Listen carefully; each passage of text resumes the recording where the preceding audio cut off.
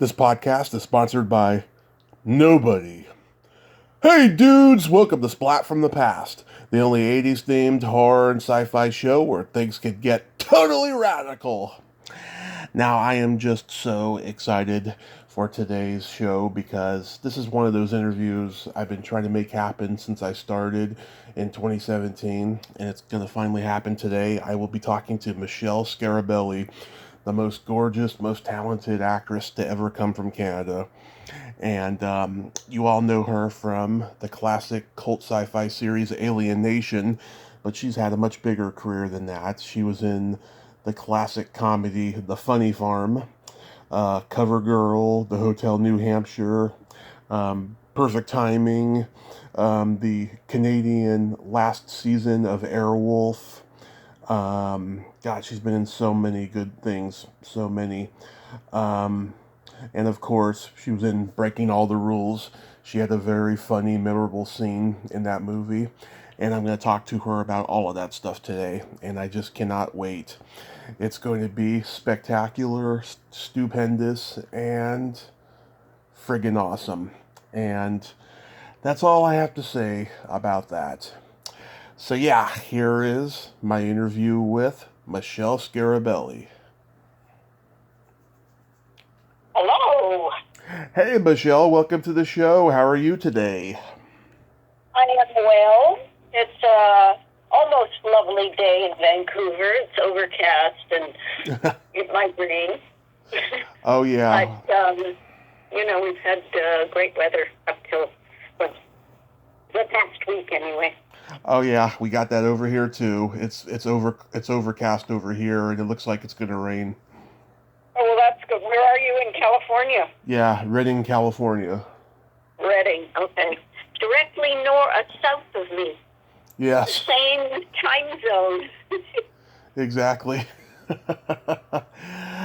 Thank you for taking the time today. This is such a great honor.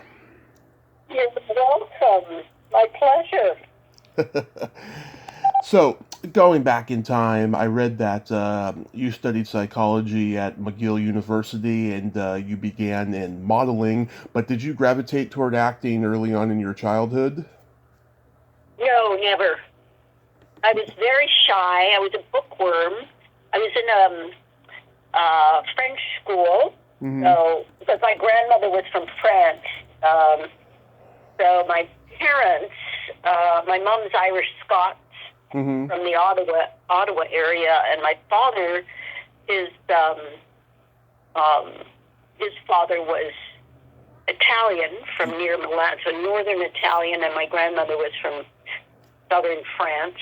Right. We met in Canada, but my parents wanted us to speak French, not French Canadian, which is a bit of a different dialect. And so we went to a French school. It was very French.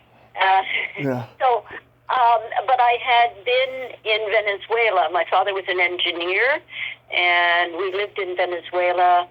I was there from the age of 3 to about 5 and a half. So I spoke English, Spanish, and then when we came back to Montreal, I learned French.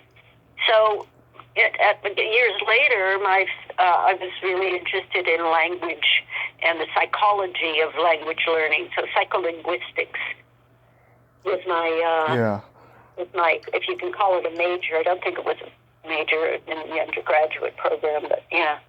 Bilingualism, how the brain acquires different languages, that kind of thing. Yeah, so you're multicultural. Very. Yeah, and Montreal at the time was very multicultural. On the street I grew up on, my brother and I, there were people from all over the world. There were Russians, Hungarian, French couples, French family from France, German, British, you name it. It was all there, yeah. Yeah. I've interviewed so many Canadians. They are just the nicest, and they've got the most shameless sense of humor. Yes, self-deprecation is a forte. Exactly. So, did you get to go far with modeling? I modeled. So my mom sent me to what we called at the time, I don't know if they even exist anymore, charm school when I was 14. And I'm not sure, I should ask her. She's still alive and kicking, sort of, at 98. I should ask her what she thought I was, that I couldn't learn at home, I guess. But anyway, charm school at 14, and then a few years later, since I was long and slim, I had long legs and slim, and I went in to meet a modeling agent, and she sent me to a photographer. I think I was 18. I wasn't in college yet. Anyway, I was so shy. He didn't know what to make of me, but he said, "Okay, well, let's take some photos." So I stepped onto the white seamless tape. The white seamless is that roll of white paper that is the backdrop to many, modeling thoughts. Right. And I stepped onto it, and suddenly this other person emerged. I was completely uninhibited suddenly. I was just kind of bloomed on the on the paper, and the photographer behind his Hasselblad or whatever big camera, and he looked up from his camera and went, "Oh my God, what happened here?" So it was kind of, I really, I think, trusted the camera. Yeah. And I suddenly became this kind of overnight thing in Montreal. I was on the big posters and, on the sides of buses and various jeans and whatever else was, the fashion of the day. Yeah. And that went on for about 3-4 years. Mm-hmm. I was house model for a big hair salon that was both in Montreal and New York, called La Coupe. Yeah. So big posters on Lexington Avenue, and that went on for a while. And then we started doing commercials, and I took some acting classes, and I could see, I walked into a modeling, what we call a go-see, which you show up and the photographer looks at your book, except everybody kind of knew they'd all taken photos of me. So it wasn't like I think it was. Yeah. And on the layout, where they have sketches of what the ad would be, I saw a note from the advertising agency that said Scarabelli type. And I thought, okay, if I'm already a type, that's the writing on the wall that I'm a little overexposed, Yeah. So I thought, man, it's time to segue out of this. And I wasn't really tall enough to do runway or, the big shows, the big fashion shows. I was more of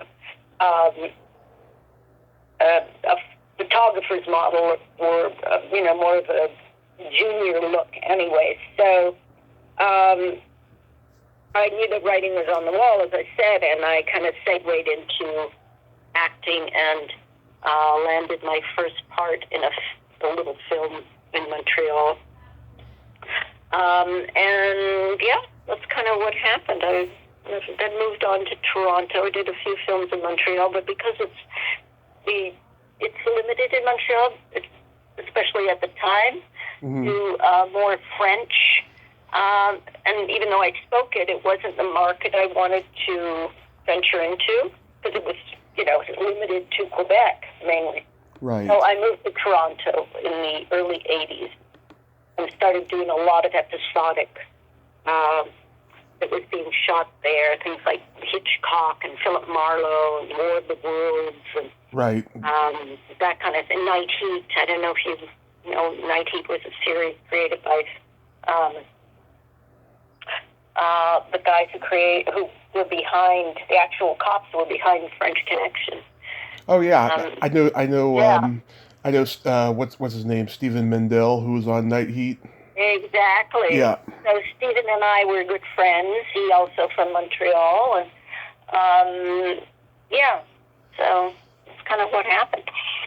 Yeah. Did you do any dancing at all? Because I noticed you played a dancer No. in some of your early credits. Yeah, is that? In fact, I was kind of the dancer who couldn't get the right steps, the goofy one. Mm-hmm.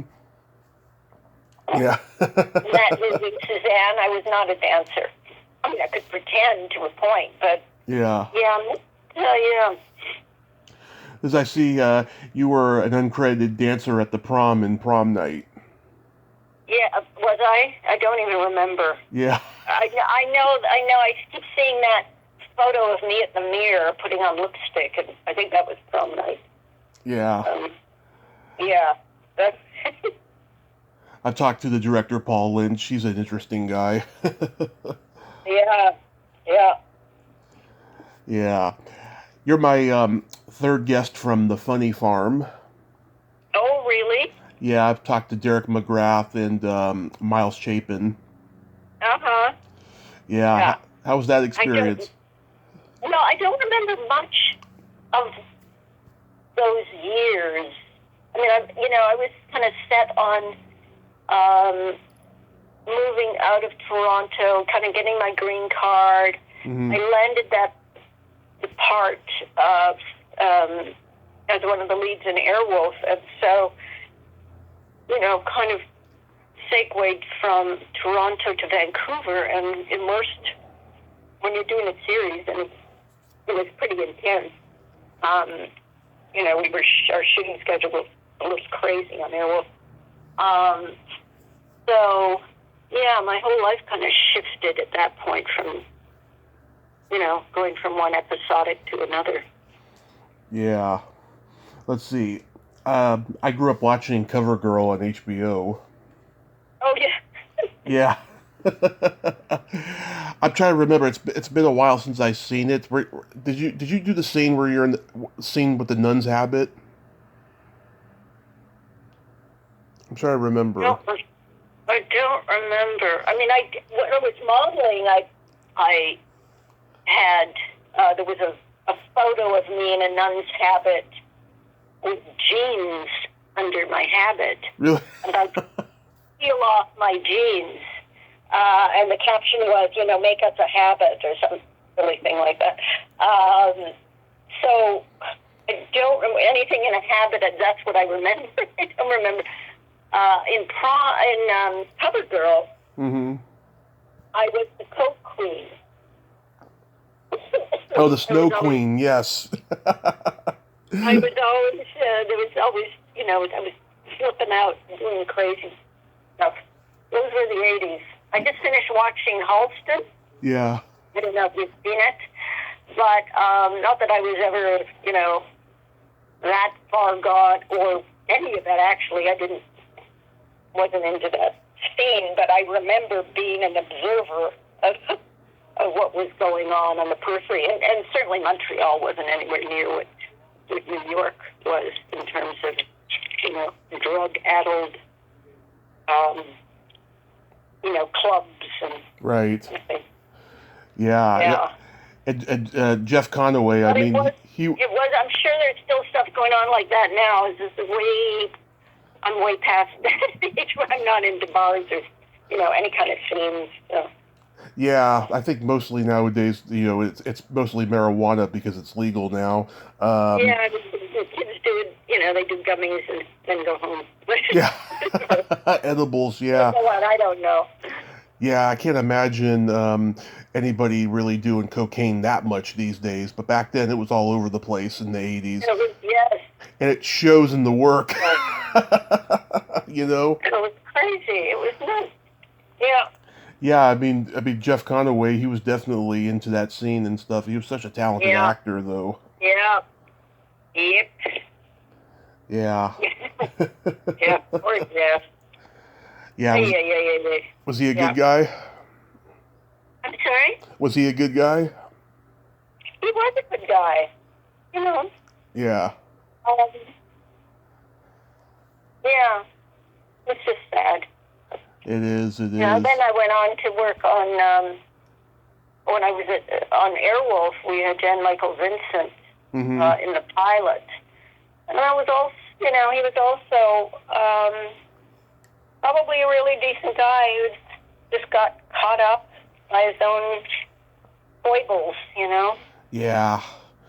Yeah, I think it got much worse after his accident.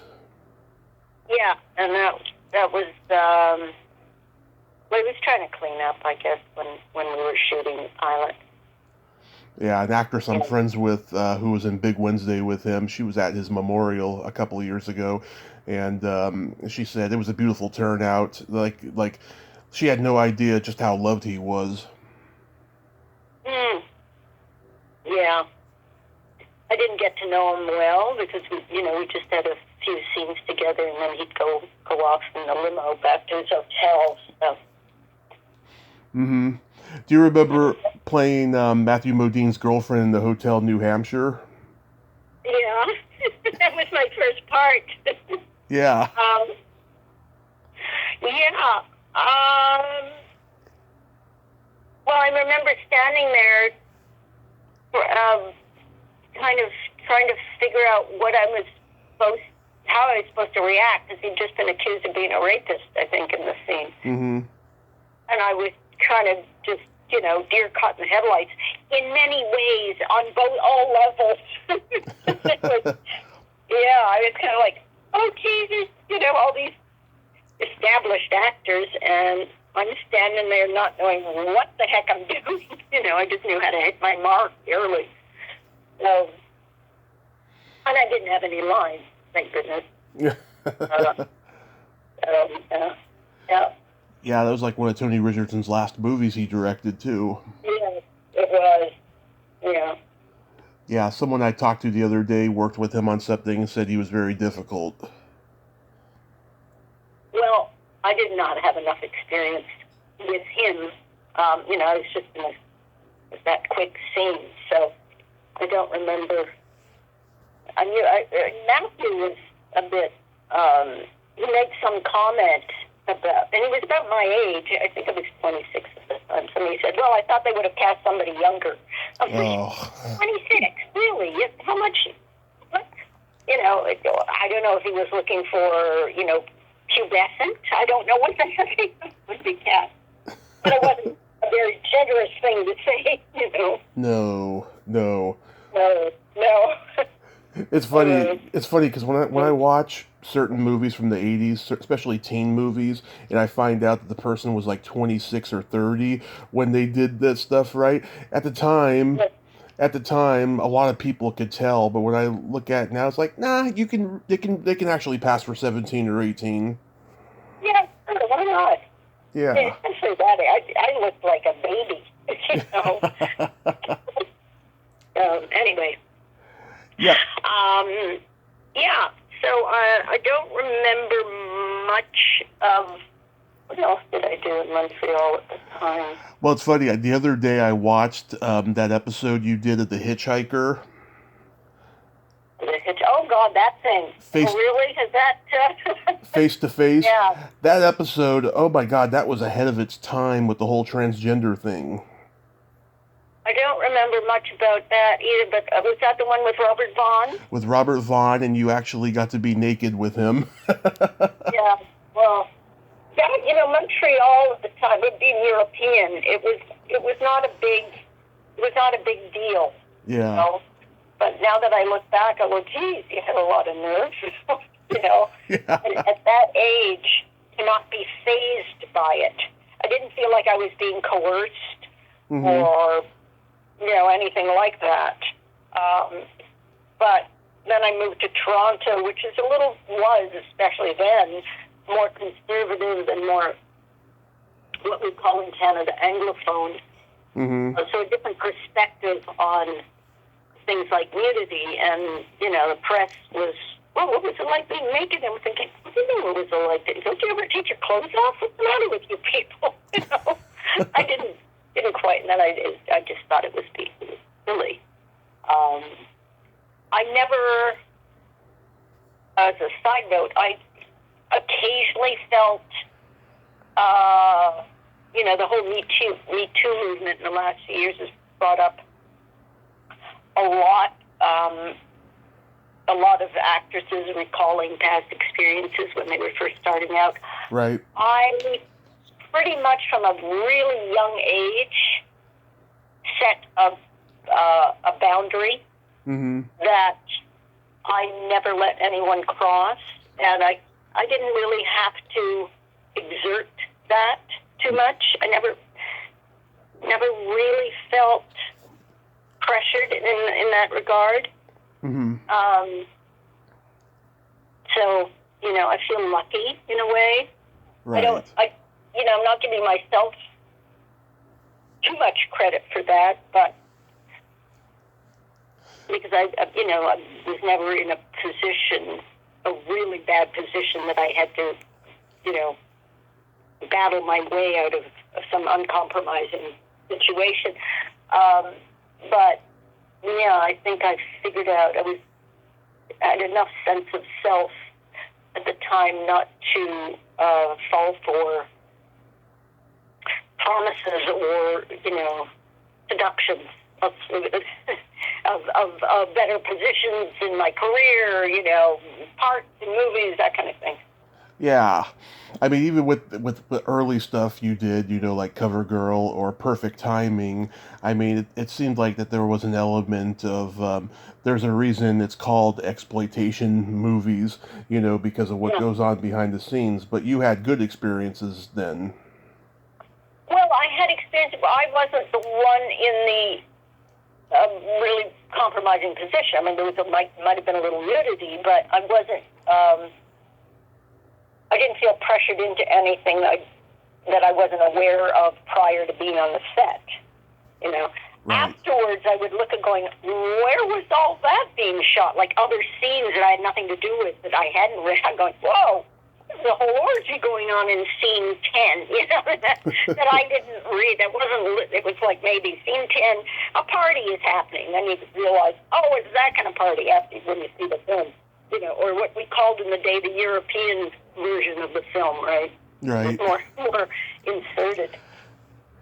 Yeah. But yeah, for instance, Perfect Timing was really my first lead part.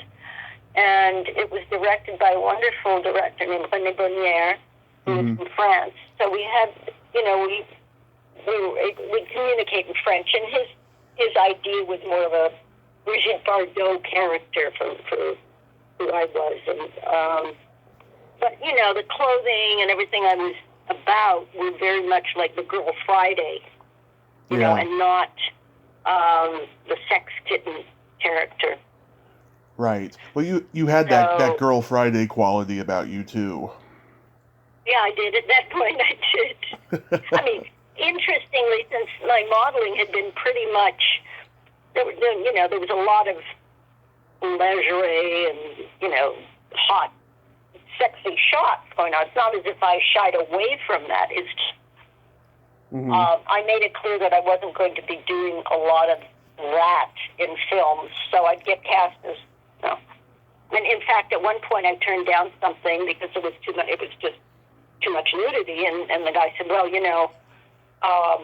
we were casting for because you're more talented. We were casting more for that than for your body anyway. So we cast somebody who had a great body for that part you turned down." I went, "Well, I don't know if that's a compliment or I don't know what you're telling me, but that thanks." Yeah. Yeah. I remember walking home from one audition that I just said, no, I'm not doing it, in a snowstorm in Montreal, which, is kind of like the little match girl. Yeah. walking away from a money and career in a snowstorm, bundles up, shaking, going, I'm never going to make it in this business. I'm not going to be able to pay my rent, Anyway, this kind of thing, it felt like, oh, God, that's yeah. Right there, yeah. So, meanwhile, cut to 40 years later. Yeah. Now, you were only a day player on this movie, but it's one of my favorite movies of all time, Breaking All the Rules. remind me of that. What Oh, was it? okay. Was that? Oh, You're the hot stepmom and you're yes, sunbathing, yes, and you're encouraging Thor Bishoprick, who's your stepson, yep, to lift that yep. dumbbell. And you're just sitting there. Come on, David, you can do it. Yeah, I remember. In fact, in the last little film I did, Mm-hmm. excuse me, they asked us, and this happens regularly, for old photos of our, from the past, Right. so that they can have the set dresses, set decoration once something that actually looks like us, rather than have, the kind of photos that you find in the middle of, in frames, sitting in, at Staples. Yeah. Those stock photos. So I had to pull up some old photos, and I didn't have enough on my phone because I just cleaned out and read a whole bunch. So I went online, I Googled myself from the past, and that came up. Yeah. Me and that, and I remember that bikini. I'm lying there in a lounge chair, right? Right. I guess that's the scene where I'm telling him, come on, what you just quoted. And I looked at the bikini, I went, oh yeah, that thing, oh God, how did I fit in it? And then what happened to that bikini, I go, what is that? Anyway, yeah, it was a whole lifetime ago. I love that. I love that shot of you. As a matter of fact, I was wondering if I could use it on the thumbnail for this. I guess you can. It's out there. I don't know who saves these things. Yeah, I know it's a weird thing. They show up on Yahoo Images and stuff. Yeah, I mean, there's stuff I look at, go, where the heck did they get that from? A convention I've been to, and just goofing around, and you got to watch how you look when you're taking pictures of that type, because they'll wind up there. Yeah, exactly. Yeah. Did you know that David Cronenberg was briefly the director for this movie? For which film? For Breaking All the Rules. He ended You're up. kidding. Yeah, Oh, my goodness. he ended up quitting. Yeah. Huh. I think he was in like the pre-production process, and then he just left, and then James Orr took over. Wow, we probably realized it wasn't his cup of tea. Yeah. Maybe. No inset. Darn it. Yeah. It's still a cute, charming movie. That's why I love it. I've been watching it since I was 14, and it got me through a pretty dark period in my life after my grandmother passed away. Yeah. Oh. Yeah. So when you got to Airwolf, right? I mean, the show had been on for a while, and like Jan Michael Vincent and Ernest Borgnine left, and then Barry Van Dyke came in, right? Yeah. And that's, basically what I understand happened is that they decided the show was just problematic and very expensive in the U.S. And decided to cancel it there, but bring it up to Canada to make enough so it could be syndicated. Right. So they had 26 episodes that they needed. So they recast it up here and saved the bundle, of course, with us. Right. Yeah.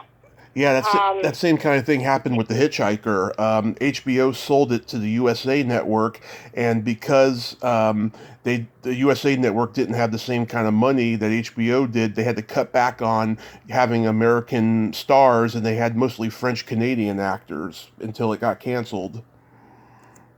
Well, because it was being shot in Montreal. Right. Yeah. Yep. So, so I was cast out of Toronto at the time, and that's where I was, as well as Grant, who I met for the first time on the plane. Right. Both of us were wearing, oddly, red raincoats. I had a shiny red raincoat, and Durant had a big, long red trench coat, and we kind of saw each other, went, oh, hello. We sat together on the plane, and he showed, he had his first son had just been born. Right. So, and he was very happy about it, and of course he pulled out a whole, back then we didn't have phones, so he pulled out a whole slew of photographs of the birth of his son. So I got to meet the whole family very close and personal. And I'm sure Alana, his wife at the time, was like, "Oh, great! Thank you for showing that." You know. Yeah. Anyway, so yeah, we became fast friends, and remain so to this day. Wow, that's cool. Did Barry Van Dyke's father, legendary Dick Van Dyke, show up on set? Oh yes, of course. There's an episode of one of the best episodes, actually, of the great Marduk, I think was the character's name. Uh-huh. And yeah, he was amazing, really amazing. The energy he had. Now this is going back 30 years, so he wasn't that old, but I mean, you can still see him. You know, isn't he getting a life achievement or some kind of award right now? Probably. Yeah. I mean, he's yeah, but he's in his late 90s, and he's still out there. Yeah. He's out there, yeah. He's almost 96. Yeah, he's out there doing his thing. A couple of years ago, I was at a convention, and I found out later he was walking around and taking pictures with people. I was like, how come I missed Dick Van Dyke? You know? Yeah. No, he's an amazing guy, really. Yeah. Wow, that must have been so cool. You can watch old. I love, the old Dick Van Dyke shows. Mm-hmm. It's a study in grace and humor and just physical comedy alone. He's just one of the best. It's not the best, you know. Right. I mean, he was just an unknown from Broadway who got to have this show, and then he just, he took it and he ran with it, and it's just an amazing success story. Yeah. And of course, he was in Mary Poppins and Chitty Chitty Bang Bang and so many other stuff he's done too. Yeah, and then you were recurring on Dallas. Yes, I was. So I wrapped on Airwolf, and I had enough money, and at that point I had gotten my green card that I could come down, move to LA, which was my plan originally anyway. Right. But what that gave me, what Airwolf gave me, was a bit of a foot up. I didn't have to, get a job as a waitress or whatever else. When I got to LA, I could, relax a bit and put my nose to the acting grindstone, as it were. So, the first time I first got to LA, it's a lot of auditions. It's one audition after another, and you just feel like you're in the audition business, not the acting business. But and then finally, I got the part on Dallas. It was interesting. I walked into the audition room, and there were all these very long-legged, stunning model types, and I felt like, what am I doing? I felt like comic relief because I was not that. Yeah. But I had, and they say this in acting when you're auditioning, if you have something fun to do afterwards, you're not as desperate when you go into the audition. You're not all of your emotional cards are on the table, as it were. Yeah. So I walked in, I read the part, and I went, okay, thanks. And I had, I was going off to San Francisco. I was headed to the airport, meeting a friend, and we were flying off to San Francisco for the weekend. Mm-hmm. So I really did have that sense of, I've got a life, and I think I brought that into the room with some humor. That I liked, I guess they liked, and the character was fun to do. It was kind of a takeoff on Final Attraction at this. Fatal Attraction. Fatal Attraction. At the time, where my character does go a little nuts by the end of Yeah. 6 episodes. Yeah. Yeah. Larry Hagman. I'm sorry. Larry Hagman. He must have been a character. I didn't work with Larry. I was working with Steve Canale. It was that storyline of he drops Priscilla Presley at the time off at the airport, and on the way back, he sees this young woman with a stranded sports car on the side of the road that he decides to help, and takes her back to his place because her car won't work. Right. And, things happen. And the next thing you know, I'm, plotting our lives together. I show up with very good bottles of French wine, and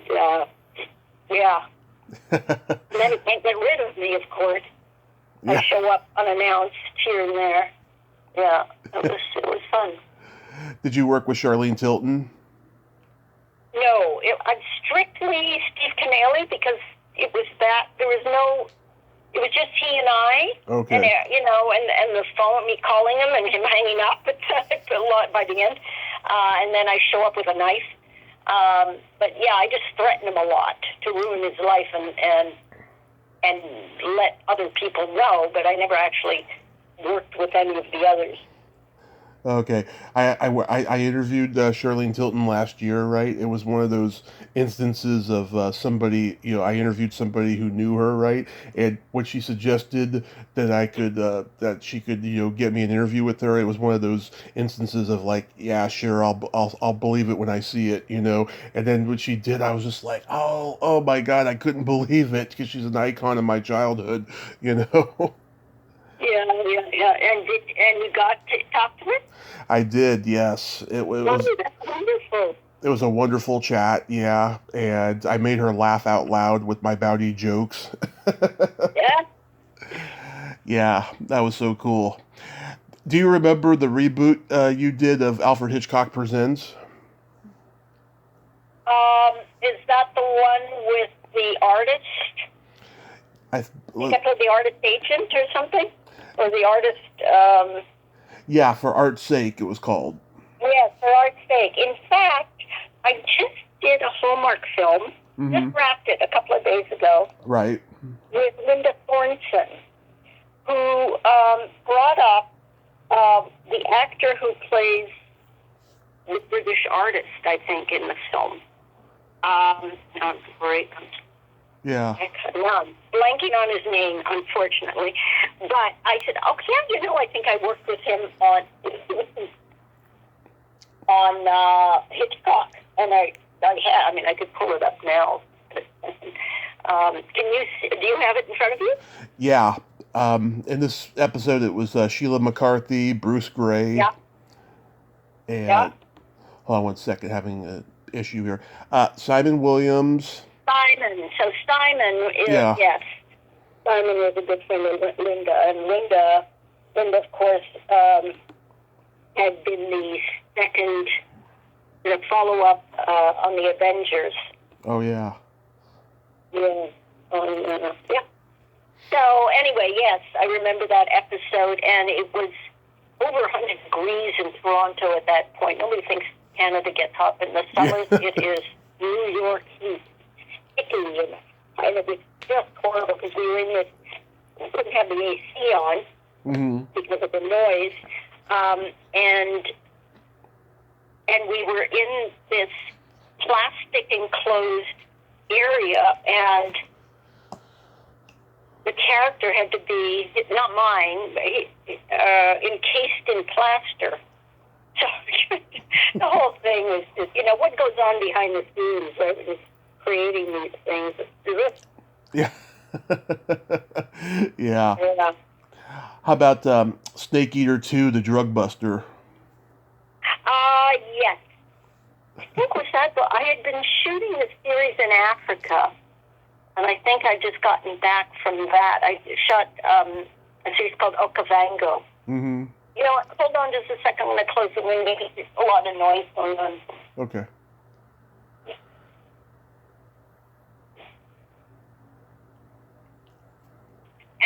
Yes, and I got back to Montreal to shoot done it. It was, I don't remember much of it. Yeah.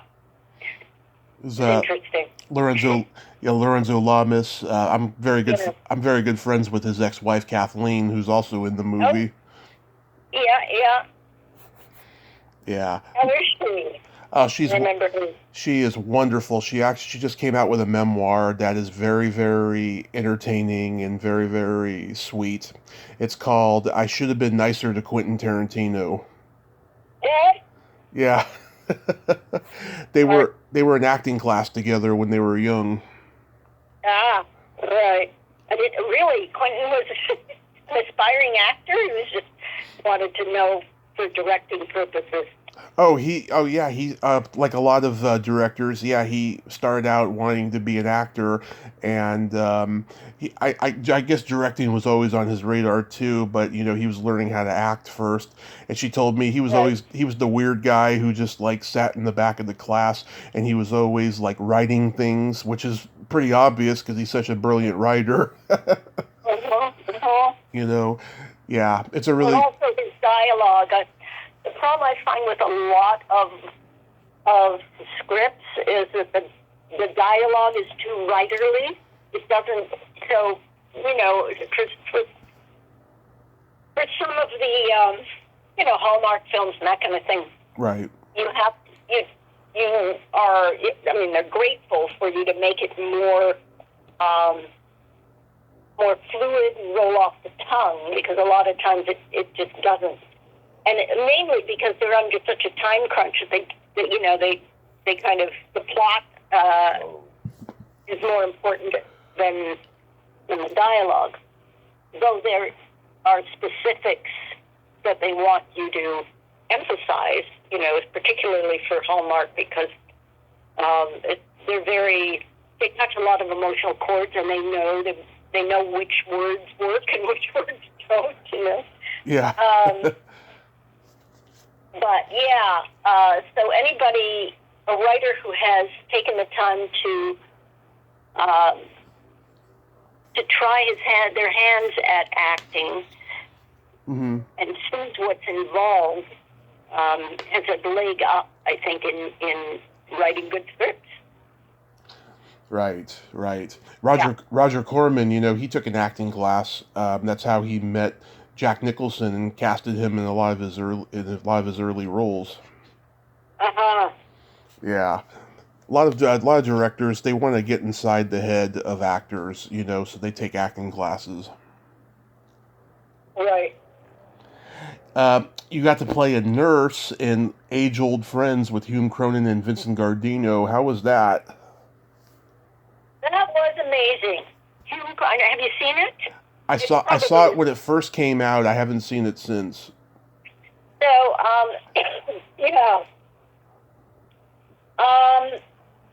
it was amazing. I mean, to be working with Hume in particular was the actor I worked with. To be working with such an icon was just, and he was very generous and very complimentary, which helped a lot, because when you're with such an icon, as I said, it can be intimidating. No matter how much experience I'd had prior, you just hope you're holding your own. And he was, he was very helpful. Did he give you advice? I don't know, advice as much as just encouragement and being present. And at the time I was connecting with the other actors is everything. Mm-hmm. That's your ballast. That's what you go to. It's not all about you. Somebody, a director years ago once told me, it's not about being a good storyteller. Right. It's about telling a good story.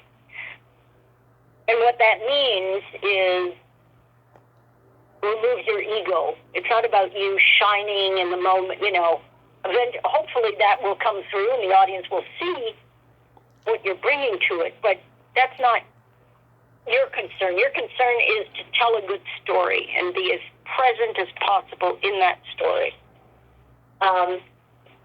So connecting with great actors, known or unknown, and there's lots of people who are wonderful actors who just haven't had the opportunities, right? Right. Yeah, that's what it's about. How does that connection? Yeah. How does alienation come to you? I'm sorry. How did alienation? How did that come to you? Well, I I was sent in for the audition and then got a call back, and the story goes, Ken Johnson, the producer / director / writer of the pilot, and then eventually the show, took home a bunch of photos, the 8x10s, and Susie, his wife, was flipping through them and stopped at mine and said, "Oh, she's got the eyes." They were trying to figure out who would look good in the head, right? Right.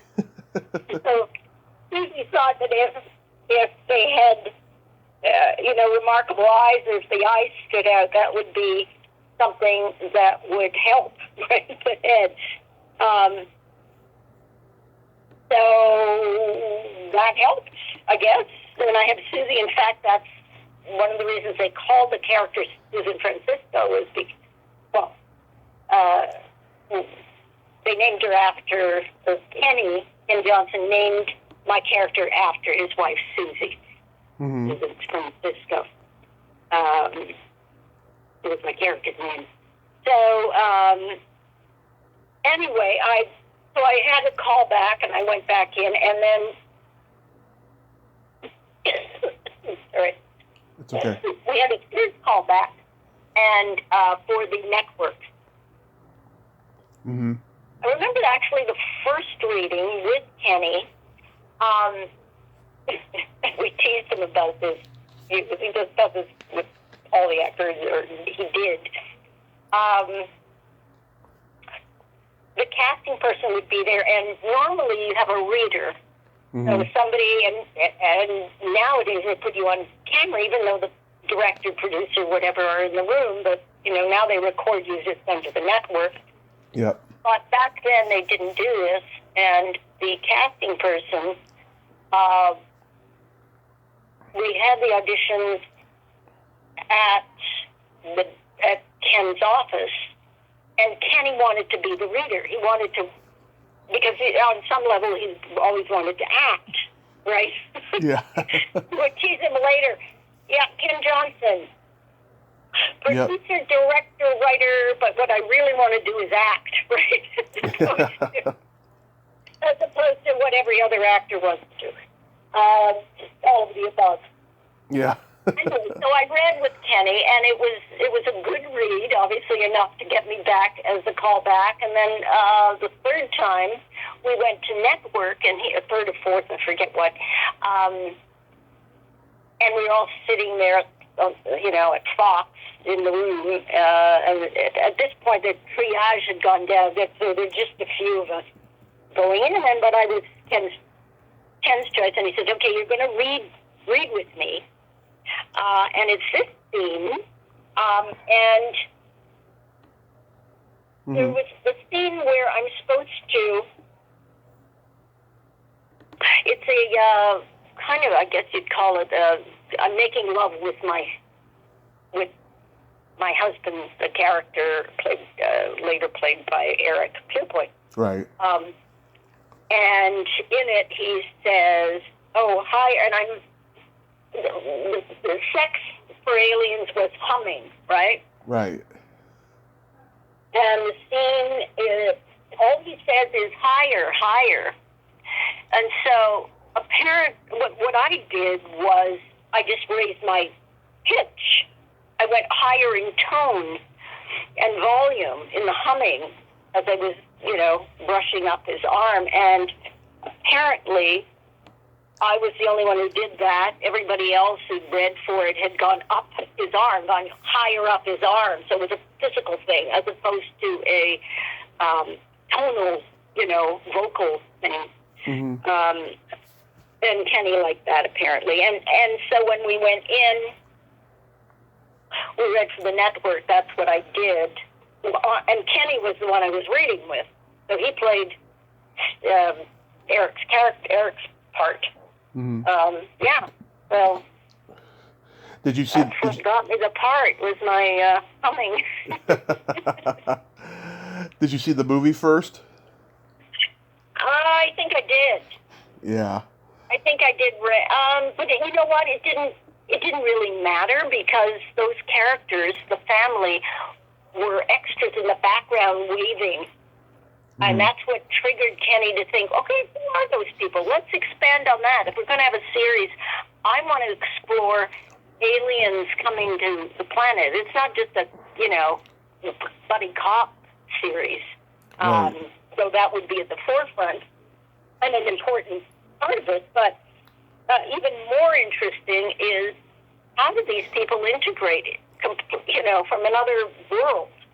And if you've seen Alienation, that really is an important, very important element. We kind of represent the last immigrants, both people who just arrived from Vietnam, and the commentary and from fans and people who were just tuning in was amazing. And people from all walks of life and all nationalities and cultures would say, "Oh, you're talking about us."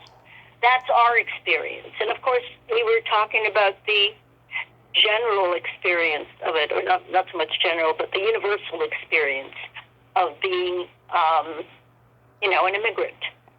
Yeah. Or somebody who doesn't belong, which I could relate to, being raised in Quebec as a non-French Canadian. I wasn't Catholic. I was, I really did feel like a fish out of water, even in the city I'd been born in. And so a lot of it I could relate to, and I brought that emotion from my childhood to the character. Yeah. How long did it take to put those Dutch crunch heads on you? It's not what we call them, and I can't say what we call them. Yo, you can. You can swear on the show. I'm sorry? You can swear on the show. Well, we called them, there were words called melon head, but, right. They on some of them, they looked more like the end of the phalluses. Oh. No mine, but yeah. some of the characters looked like, Anyway, so it took me, I had the crack team because I had, not only did I have to put on the prosthetic, but I also had, makeup on top of that, just standard, woman's makeup. And then sometimes they would do, if my back was showing, they would do airbrushing of the spots down my spine. Yeah. But that didn't happen often. But it would take about an hour and a half. So I'd get there at like 5 a.m. and fall back asleep in the chair and wake up as an alien. Mm-hmm. In the makeup chair. How was working with Gary Graham? Gary was great. He kept things. He kept us all laughing. Yeah. He was, the outtakes. I don't know if you've seen the gag reels. I haven't seen the gag reels, no. Oh, God, somewhere there's gag reels and they're hilarious. Yeah. I'll take a look at those. How about working with Terry? Terry I got along with. She wasn't a character I worked with a lot, but there were when we would have group scenes, we'd be together with the other characters like Jeffrey Marcus, wonderful as Albert Einstein, or Lawrence Hilton Jacobs. I'm sorry? Lawrence Hilton Jacobs. Yeah, Lawrence. again, I was at home. My character was at home. I didn't have much interaction with Lawrence. The kids were wonderful. Mm-hmm. Sean and Lauren. Yeah, it was great. It really was a great show. We've remained all good friends, and had get-togethers regularly. The Alien Nation family. Yeah. Yeah. And you did a lot of TV movie reunions too. Mm-hmm. Because well, these were personal. We never actually recorded any of our barbecues. It was just, how you doing? Getting together in Penny's backyard. Yeah. I reached out to him a year ago. He told me that he was interested in doing an interview once the reboot of V gets underway, but then of course COVID happened right after that. So hopefully at a certain point I'll get to talk to him. Yeah, I don't know how. We've been waiting for that, and there's also talk about. They've been talking about it for decades. The reboot of Alien Nation. Mm-hmm. Yeah, that'd be great to see that. Yeah. How was guest starring on Star Trek: The Next Generation? That was fun. It's a thing that most people remember. Well, because Star Trek is such an iconic show. Mm-hmm. Even though I've done a lot of other work where I was, lead in the series. Star Trek is the one that goes remembered by, but before Star Trek, Data's girlfriend. I kind of go, okay, all right, I guess. But it wasn't something I was tuned into. I wasn't a Star Trek fan. Yeah. But working with Patrick Stewart, in fact, Patrick, it was Patrick's first time directing, which I didn't know at the time. And halfway through the episode, he comes to me and says, "Thank you for being so patient." And I thought, what is he talking about? What am I being patient about? Then he said, the first time I'm directing and I'm very nervous. I thought, oh my God, I didn't know that. Now, at the time, of course, I've been working on shows for quite a while, so,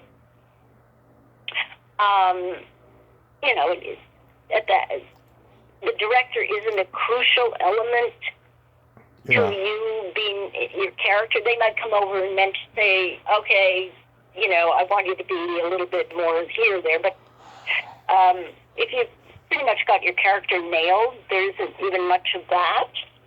So I didn't really have to interact with Patrick too much. Though, we remained friends. I saw him years later in London and all of that. But yeah, it was great, and Data was wonderful. I mean, Brett Spiner. Wonderful. Yeah. Have you been invited to Star Trek conventions? Many, yes. Yeah. I haven't done any in several years. Yeah. Just because of scheduling, and I've been up in Canada a lot. Mm-hmm. In Vancouver, shooting. I don't know if you know. Well, I'm playing Martha Kent on the new Superman and Lois. Oh series, yeah. On CW. Oh yeah. I'm sorry. Oh yeah. No, I'm just telling you. Yes, I'm aware of the new Superman series. Yes. So and that's been great. Wonderful cast. And, it's been a lot of fun. So I'm a recurring character, even though I die in the pilot. Mm-hmm. I come back in flashbacks giving Superman advice, or giving Clark advice. Yeah. So that's going good, the Superman and Lois? It's going great. Rave reviews. They picked up the second season after the first couple of episodes, I think. And, I have no idea how much I'm going to be recurring. I do come back in 3 episodes, but honestly, how often does Superman flashback to thinking about his mother. He's got bigger things to do, and worlds to save, villains to fight. So, but for those who haven't seen it, it's Superman and Lois have married, and they have twin sons, and these sons are now teenagers. And with all of the issues of raising teenagers in this day and age, they moved back to Smallville to Martha's, Clark's, the familial home. So they've taken over the farm. Yeah. The Martha Kent's farm. Yeah. And yeah. I thought you were going to say Martha's Vineyard. No, not Martha's Vineyard. No. Martha grows corn, apparently. So that's so cool. That Hallmark movie you just shot, is that a holiday movie? No, no, it's not. I think it would be springtime. So probably in about a month you'll see it. The working title is called The Willows Inn, or The Willows. Yeah. And I play the estranged sister of a woman who owns an inn who wants to sell the inn because it's gotten too big to run, or too hard to run on her own. Mm-hmm. But to sell it, she has to re-engage and mend her relationship with my character. So it's a lot of fun, and we just shot a lot of these films for Hallmark are shot in Canada and many in British Columbia. Mm-hmm. I don't think that's not bursting anybody's bubble if they think they're all shot in places like Kansas and the outskirts of, I don't know, Vermont or whatever. Yeah, so we shoot them a lot, and this one was shot in a small resort called Harrison Hot Springs, which is north of Vancouver, east of Vancouver. Nice. Lovely little town. Yeah, it's real hot springs. So. Do you still enjoy acting? I do. In fact, I've kind of I took a brief hiatus, brief, about 8-10 years, something like that, where I was doing other things, and I got back into it when I came back to Vancouver, because my parents lived in Victoria, which is about an hour and a half. It's on the island of Vancouver, but it's the city of Victoria, and the city of Vancouver is on what we call the mainland, so north of Seattle. Right. And my parents were getting up there in age, and my father's health was dwindling, so I decided to spend more time up here, and my agent up here was like, great, I'm sending you out. So I got re-engaged in a way. It's hard as a woman when you're, as you get older in our profession. Yeah. And I feel like I'm getting my second wind with a lot more experience and different perspectives. Yeah. And I'm kind of, it's wonderful to allow yourself to re-engage creatively in your profession. And to find a different way, a different approach to it. And that's what keeps you going as an artist, Yeah. Oh, that's wonderful. Was there a time during that hiatus where you thought, I don't want to go back to it, it's too much hassle?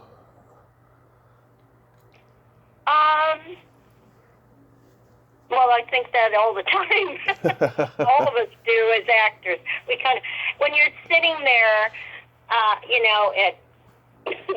midnight in the cold, wet rain, there was some scenes in Superman where it was raining anyway, but because you can't really read rain on camera, right? They get a rain machine in, a rain tower, and they dump. Basically, you're being covered, buckets are being dumped on you as you're trying to come up with your lines and stay warm and not shake and shiver on camera, all of that stuff. And you're standing there going, what the? Inside, your brain is going, you wanted this? Why did you want this? You're perfectly fine doing whatever you were doing back home, and now you're standing here at, wet, drenched, frozen to the bone, trying to remember your lines. Yeah. Wow. So that happens regularly, but, somehow, apparently, it's worth it. You make it worth it. Yeah. So, Michele, there's a secret silly game that I like to play with my guests. It's a series of silly slumber party questions. And how this works is I ask you the question, you answer it, and then you ask me the exact same question and I answer it, and you can comment on answers. Oh, okay. It's fun. It's just pure fun. Michele, are you ticklish? Yes. Are you ticklish? Yes, I'm very ticklish. Okay. What is your favorite part of the body? It could be anything. When you say favorite, in terms of what? It could be, because of the way it looks, what you Yep. can use it for, anything. Favorite part of the body. Lips. Let's just say lips. I don't know. Because they're used for so many things. Mm-hmm. For speaking, for eating, for kissing, for expression, smiling. Right. All of that. Okay. What's your favorite part of the body? Oh, by the way, I've never heard that answer before. That was a really good answer. My favorite part of the body is the belly button. Okay. Why? Because I had a girlfriend when I was 6 years old that had this adorable little outie belly button, and she's always been like the girl that got away. I lost touch with her when we were after junior high, and she got all messed up on drugs and so forth. I tried to get in touch with her in our 20s, but she was so messed up on drugs by that point, it didn't happen. But I always I always carry a torch for her, Yeah. And hence her belly button. Got it. Yes, every time I see a belly button, it takes me back to her. What color are your toenails painted? Right now they're painted a kind of rose gold. Mm-hmm. Kind of. Let me see here. I think that's. Yeah. The color's called Glow with the Flow. Gold with the flow. That's a cool. Yeah, Kelly Hansen's Gold with the Flow. It's kind of a rose, dark, deep rose gold. What color are yours painted? Right now they're not painted, but last time they were purple with sparkles. Oh, okay. I like to go elaborate when I do paint them. Yeah, all right. What would you say is your best personality trait? I think my sense of humor. You do have a good sense of humor. It comes in handy. As my mother still says at 98, whatever you do, don't lose your sense of humor. Yeah. You certainly need it as you get older. Right. For me, it's my sense of empathy, and that I also have no filter, so I have a good counterbalance there. Okay. And then my favorite question is there a stinky smell that just makes you gag? Jeez. Other than the obvious ones, let me think here. That's a stinky smell. I don't like bell peppers, and I can smell them. Oh. stuff, and I find them just really bitter. I don't like eating them. I can't stand the smell of them. I don't know. That's the only one that comes to mind. I'm sure there's others that'll go, oh, yeah, I should have said that. Yeah. But that's the one that comes to mind right now. Yeah, those are pretty bad. They put them in everything, so it's, Yeah. For me, it's probably farts the most. Well, those are the obvious ones. Yeah. Got to come up with something more, come up with something. There's feet. I'll give you a second pass on that one. Take. There's feet. There's trash. There's many different things. Hard-boiled eggs. Ugh. Okay, there you go. You're the first one who's ever made me work hard to find an original one. Yeah. Yeah, you got to come up with an original one. You're asking the questions, Yeah. It's not much of a challenge. You're asking us these things for stuff, and we're, okay, I got to come up with something. You get to answer the same answers all the time. Oh. And I got a joke for you. Okay. You know the difference between a golf ball and a G-spot? No. A man rather spend 20 minutes looking for a golf ball. Okay. That's a good one, huh? Good one. Yeah. Well, apparently, I don't know if the G-spot is a real thing or if it's just something that, has become, I don't hear about G-spots that much anymore. It was a big thing years ago. I think it's real. You think it's real? Yeah. Which is, Yeah. I know for me personally, when I'm intimate with a girl, I know I'm not, hitting something else down there. When you find it. Exactly. Yeah. I know. Like 40 years ago, it was a huge thing. That woman, Dr. Beverly Whipple, wrote a book about it, and she was on all the talk shows talking about it and stuff. And now it seems like a lot of people don't even talk about it much anymore. Yeah. Every May I do like a month-long block of podcast episodes where I talk to sex experts and people, and it frequently comes up and stuff. That's the only time that I hear much of it these days.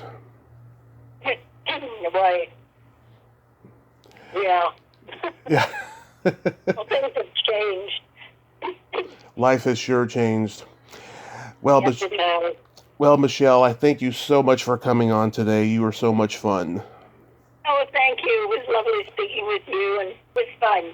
Yes, it was a lot of fun. I will keep an eye out for that Hallmark movie, and I'll even go back and watch those Superman episodes. They're fairly recent. They're fairly recent, right? Well, there's Superman just started airing. The next one is, I'm in 11. So I was in 1, 3, 5, and 11, I think, is the one I'm in coming up. Yeah. Okay, I'll look at the episode guide online, and stay safe because we need you. Thank you. Yes. Oh, thank you very much. I got my double vaccine, so that's a good thing. Same here. I got mine as well, the Moderna. Good. Yes, me too. Awesome. Very good. Awesome. You have yourself a great day. You too. Bye. Thank you. Bye-bye. Well, there you have it. Michele Scarabelli. Ain't she a sweetheart? Oh, what a great lady. Pure Canadian class. I adore her so much, and I'm glad we got to talk today. Well, until next time, this is Tommy Throwback Kovac saying, there's no shame in living in the past, because the present sucks. Later, dudes.